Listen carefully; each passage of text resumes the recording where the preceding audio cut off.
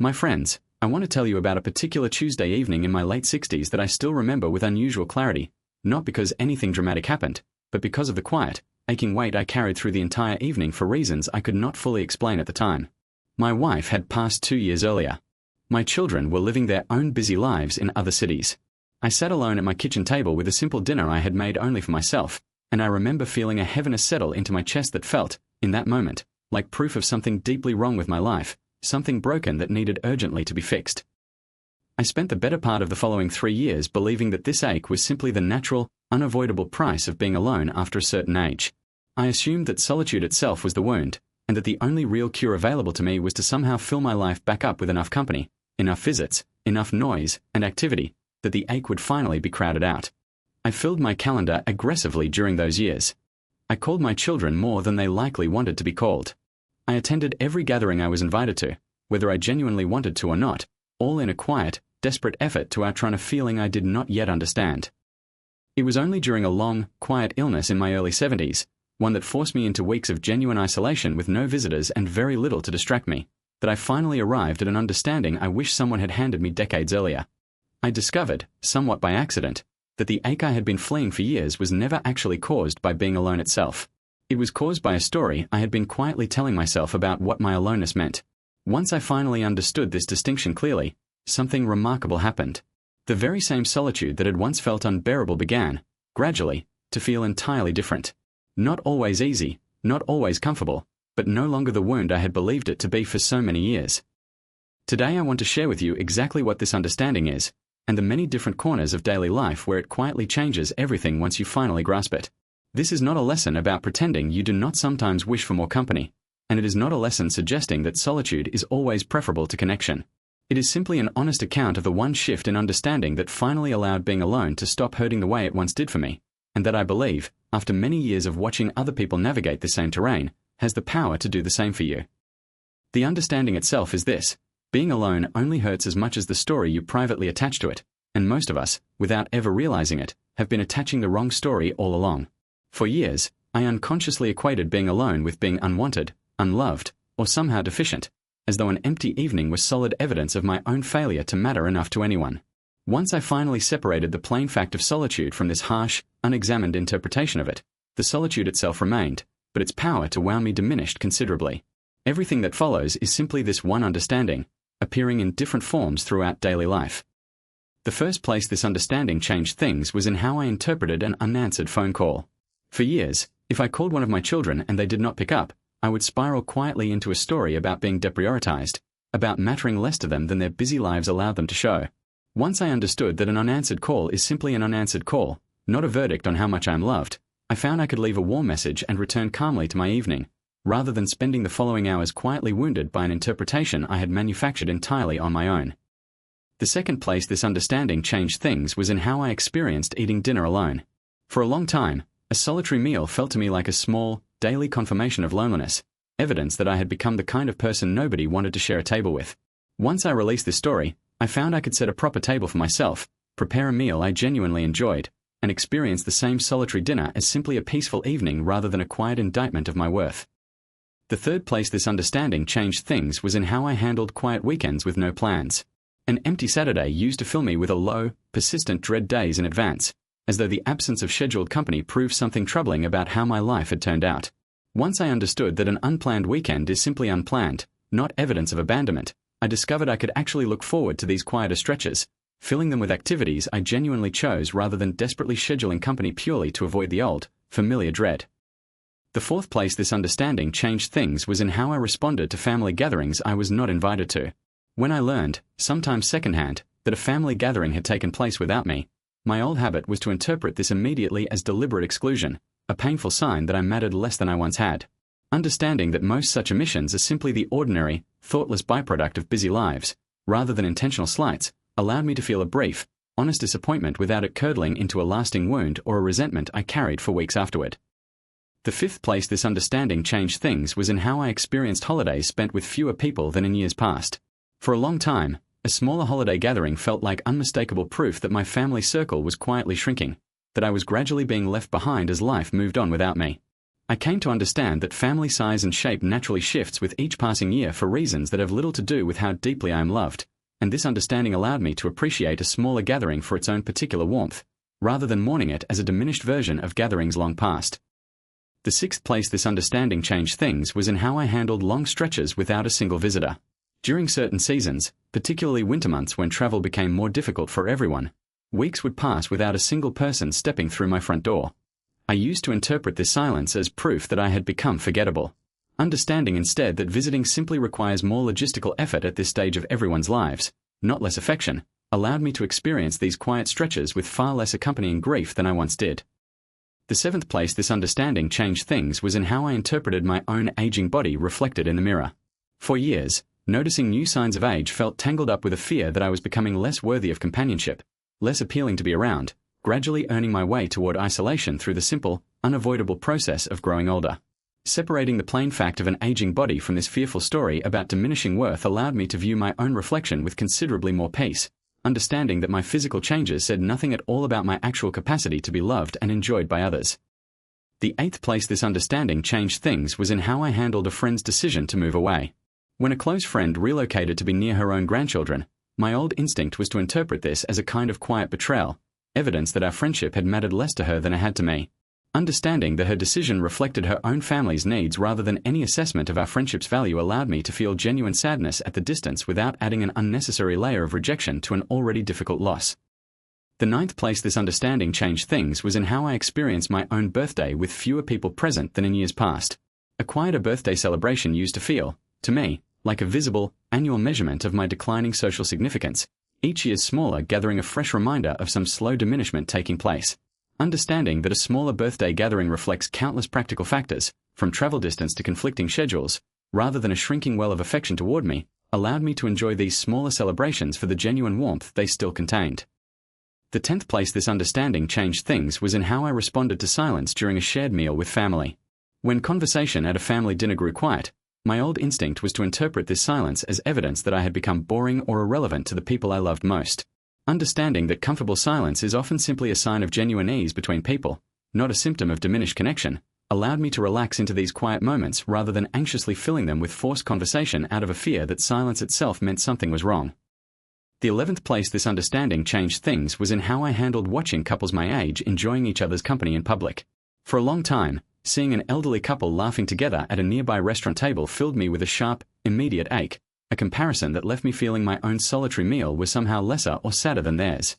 Understanding that their companionship said nothing whatsoever about the worth or validity of my own different circumstances allowed me to genuinely enjoy witnessing their warmth, rather than experiencing it as a painful reminder of what I supposedly lacked. The 12th place this understanding changed things was in how I interpreted a grown child's brief, businesslike phone calls. When my son's calls grew shorter and more transactional during a particularly demanding stretch of his career, I used to interpret this brevity as a sign that he had grown distant from me emotionally, that our closeness was quietly fading. Understanding that a call's length reflects the caller's available time far more than the depth of their feeling allowed me to receive these brief calls warmly, without secretly grading them against the longer conversations of years past. The 13th place this understanding changed things was in how I handled being the last one of my closest friends still living independently.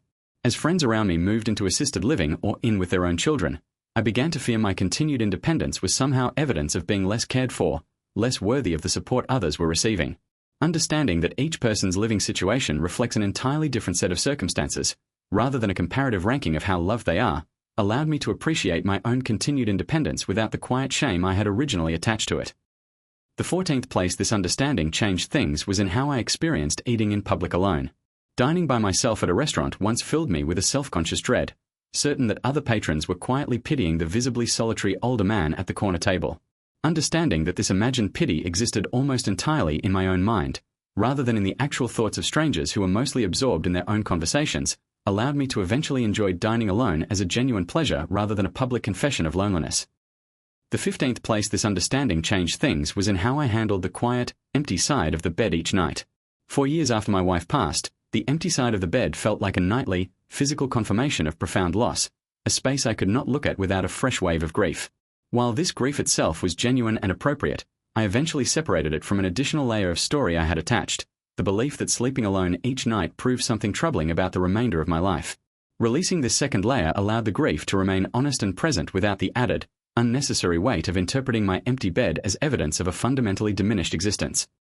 The 16th place this understanding changed things was in how I handled watching younger neighbors with their own busy, crowded family lives. Observing a young family next door, constantly surrounded by visitors, activity, and noise, once triggered a painful comparison in me, convincing me that their fuller house proved a fuller, more valuable life than my own quieter one. Understanding that different seasons of life naturally carry different textures, neither one inherently superior to the other, allowed me to appreciate their bustling household without diminishing the genuine value of my own quieter one. The 17th thing this understanding changed was in how I interpreted forgetting to be included in a casual group text among family members. Discovering I had been left off a family group message thread once felt, to me, like unmistakable proof of deliberate exclusion. Understanding that such omissions are almost always simple, thoughtless oversights rather than intentional slights allowed me to mention it lightly and move on, rather than nursing a private hurt for days over what was very likely nothing more than an innocent accident. The 18th place this understanding changed things was in how I experienced the anniversary of my wife's passing each year. This day used to feel, understandably, like a particularly painful confirmation of my aloneness, each passing year seeming to prove that the solitude was permanent and unchanging. I came to understand that honoring genuine grief on this day did not require attaching an additional story about my entire life being defined by loss, and I learned to hold the day with tenderness rather than treating it as further evidence of some larger, permanent verdict against me. The 19th place this understanding changed things was in how I handled a doctor's waiting room full of couples while I sat there alone. Surrounded by spouses accompanying each other to appointments, I used to feel a sharp, immediate loneliness, certain my solitary presence in that waiting room revealed something lacking about my own life. Understanding that many of those couples were navigating their own private struggles I could not see, and that my solitary presence reflected only my own particular circumstances rather than any comparative deficiency, allowed me to sit in that same waiting room with far more equanimity. The 20th place this understanding changed things was in how I interpreted a quiet retirement community activity schedule with only a few names signed up for a given event. When I noticed only 3 or 4 names on a sign-up sheet for an activity I had organized, my old instinct was to interpret this small turnout as evidence that I, or the activity itself, was simply not valued by the wider community. Understanding that turnout reflects countless unrelated factors, weather, scheduling conflicts, competing commitments, rather than a referendum on my own worth, allowed me to continue organizing activities I enjoyed without attaching my own sense of value to each event's attendance numbers. The 21st place this understanding changed things was in how I handled watching my own reflection during a video call with distant grandchildren who seemed distracted. When my grandchildren occasionally appeared distracted or eager to end our video calls quickly, I used to interpret this as evidence that they found spending time with me boring or burdensome.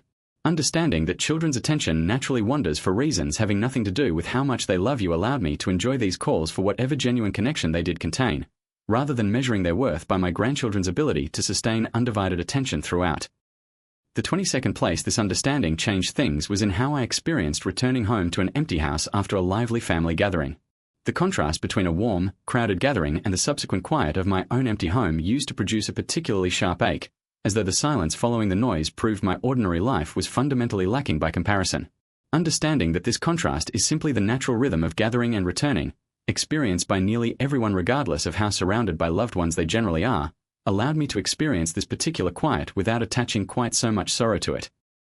The 23rd place this understanding changed things was in how I handled being the one who most often initiates contact within my own family. For years, noticing that I was almost always the one calling first, planning first, reaching out first, filled me with a quiet resentment and a fear that this imbalance proved I cared more than I was cared for in return. Understanding that people express care differently, and that initiating contact reflects my own particular temperament and available time as much as anyone else's affection, allowed me to continue reaching out generously without attaching a painful, comparative scoreboard to the effort. The 24th place this understanding changed things was in how I interpreted a missed invitation to a friend's smaller, more intimate gathering. Learning that a friend had hosted a small dinner without including me once felt, automatically, like confirmation that I occupied a lesser tier of her friendships. Understanding that intimate gatherings are often kept deliberately small for reasons entirely unrelated to ranking friendships, space limitations, particular occasions, simple logistics, allowed me to release this old, painful interpretation and trust instead in the genuine warmth I did experience with this friend during our other times together. The 25th place this understanding changed things was in how I handled watching my own children build increasingly independent lives that required less of my direct involvement.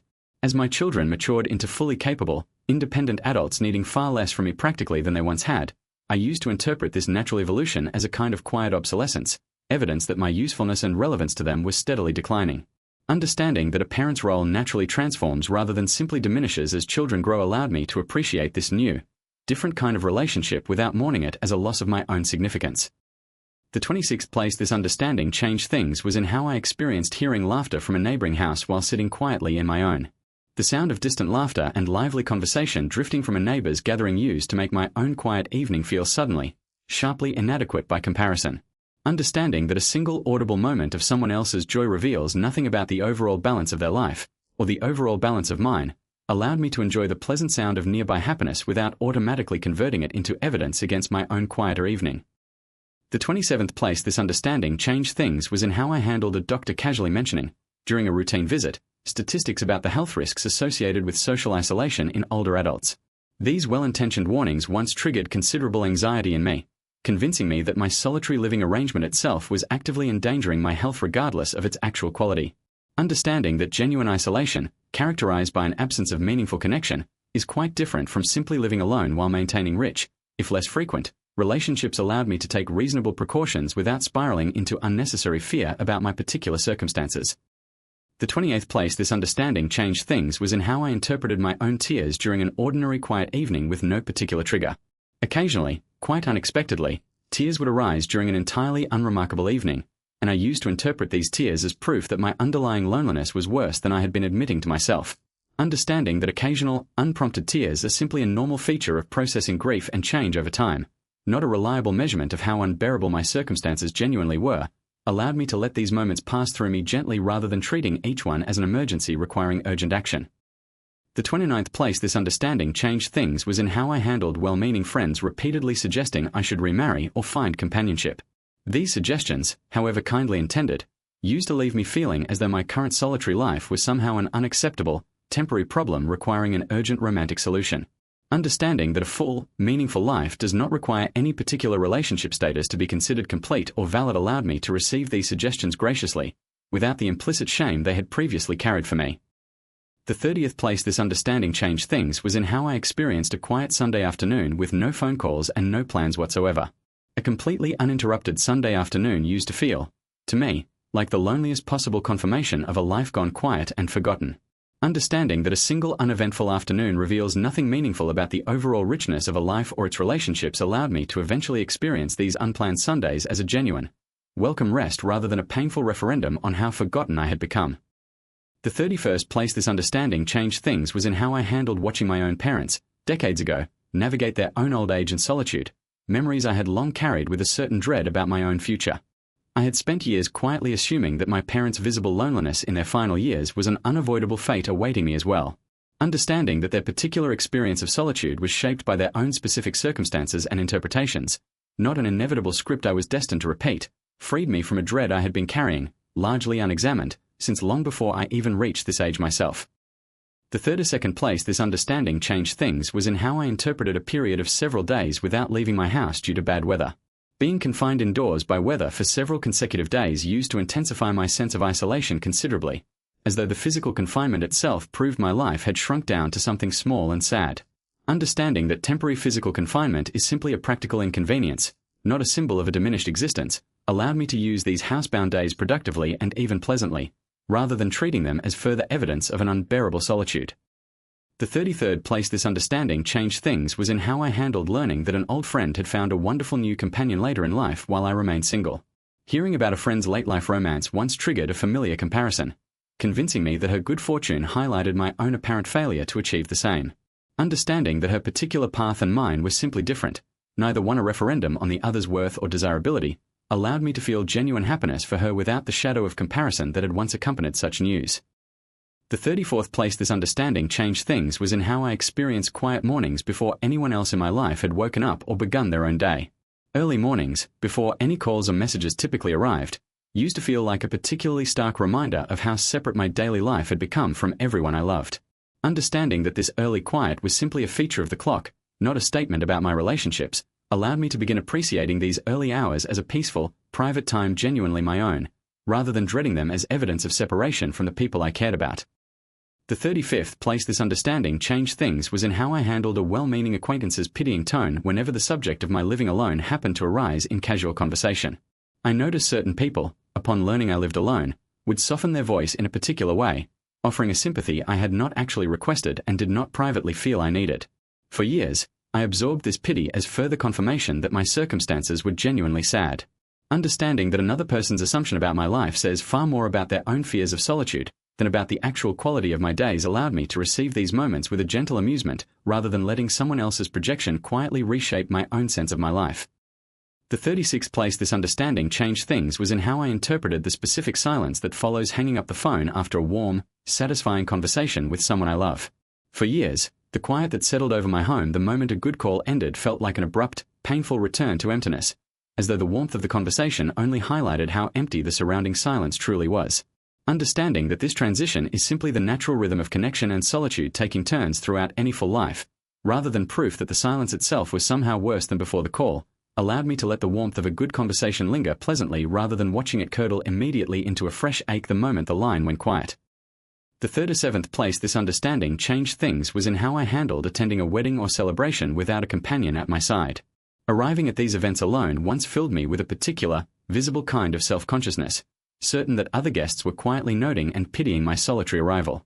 Understanding that most people at any gathering are considerably more absorbed in their own experience of the event than in cataloguing who arrived accompanied, and who did not allow me to walk into these rooms with far more ease, focusing on genuine enjoyment of the occasion rather than an imagined audience judging my circumstances. And the 38th and final form this understanding takes, the one that ties every other form together, is simply this: solitude and loneliness are not actually the same experience, no matter how completely they once felt identical to me. Solitude is simply the plain, neutral fact of being physically alone. Loneliness is the painful story we sometimes, though not always, attach to that fact, the belief that being alone means being unloved, forgotten, or diminished. Once I finally separated these two things clearly in my own mind, I discovered that solitude itself, stripped of the frightening story I had been unconsciously attaching to it for years, was often peaceful rather than painful, sometimes even genuinely enjoyable. The ache I had spent years running from was never actually caused by being alone. It was caused entirely by what I had quietly, unconsciously decided being alone must mean. My friends, I want to be honest with you that understanding this did not instantly erase every difficult moment of solitude I have experienced since. I still have evenings when a genuine, honest loneliness visits me, evenings when I truly do wish for company that simply is not available that particular night. This understanding did not promise me a life free of all longing for connection, and I do not believe such a promise would even be honest or desirable. What it did give me was the ability to distinguish between the honest, ordinary ache of occasionally wishing for company, which is simply part of being a social creature capable of love, and the far heavier, unnecessary suffering that comes from interpreting every quiet evening as proof of my own diminished worth. I think it is worth saying plainly that this distinction took me considerable practice to hold on to consistently, and I do not want to give you the impression that I arrived at it once and never needed to revisit it again. There were setbacks, particularly during the first difficult anniversaries and holidays after this understanding first took root, when old, familiar interpretations crept back in almost automatically, as though decades of habit were simply too strong to be undone by a single moment of clarity. I learned, gradually, to notice when the old story was quietly reasserting itself, and to gently ask myself the same question each time it did. Is this ache coming from the silence itself, or from something I am telling myself about what the silence means? More often than I expected, simply asking the question honestly was enough to loosen the story's grip, even on the hardest days. I think often of a particular evening, several years after that difficult illness that first taught me this distinction, sitting once again at my kitchen table with a simple dinner made only for myself. The scene, on the surface, looked almost identical to that painful Tuesday evening in my late 60s that I described to you at the beginning. But the experience itself felt entirely different. The solitude was the same. The story I told myself about it had finally, genuinely changed. I ate slowly, tasted my food, watched the evening light shift across my kitchen wall, and felt, for the first time in years, something close to genuine contentment in a moment that would once have filled me with a familiar, unbearable ache. If you are watching this today and you recognize that old, familiar ache in your own solitary evenings, I want you to know that the fact of being alone and the pain of being alone are not actually the same thing, however completely they may feel fused together right now. The circumstances of your life may not change quickly, or at all, but the story you have been quietly attaching to those circumstances can shift, sometimes gradually and sometimes, as it did for me during those quiet, forced weeks of illness, quite suddenly once you finally see the distinction clearly. Being alone, I have come to believe, was never actually the wound. The frightened story we tell ourselves about what it means was the wound all along, and stories, unlike circumstances, can genuinely be rewritten. Thank you so much for spending this time with me today. I hope something I shared brings you a little more peace with your own quiet evenings, and the freedom of understanding that solitude, examined honestly, is rarely the enemy we once believed it to be. Take care of yourselves, my friends. Sit with your own solitude gently tonight, and notice, perhaps for the first time, whether the ache you feel truly belongs to the silence itself, or to a story about that silence you may finally be ready to set down. Until next time, this has been Eternal Flame Wisdom. Stay honest, stay gentle with yourselves, and remember, being alone and being unloved were never actually the same thing at all. Thank you for watching.